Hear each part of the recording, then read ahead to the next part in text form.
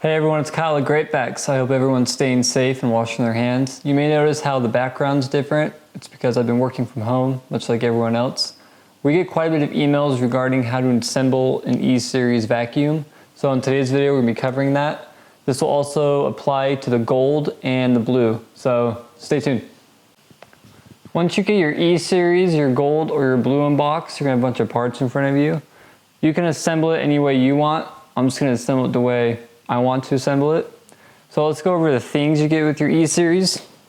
You get the wheel dolly, the water bowl, the main canister, tool hose, main hose, electric power nozzle, your tools, your tool wands, and your main wand.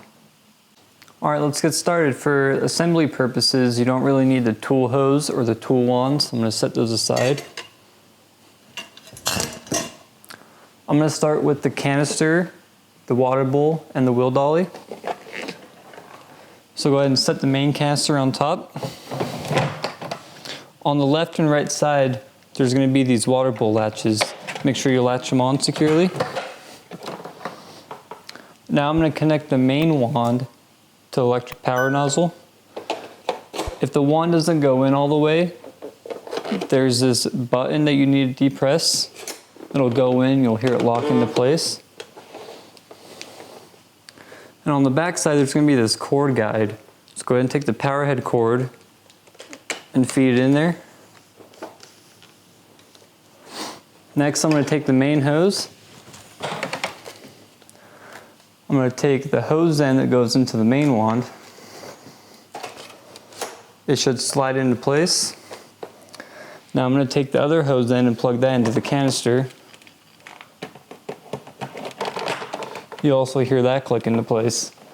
Now, for the power head cord, you're going to have to plug it into the back of the main hose. There's going to be a female connector at the bottom. Just go ahead and slide that in, just like so. Lastly, we have the tool caddy. On the tool caddy, there's going to be these tabs. They're going to slide into these slots on the front of the canister by the logo.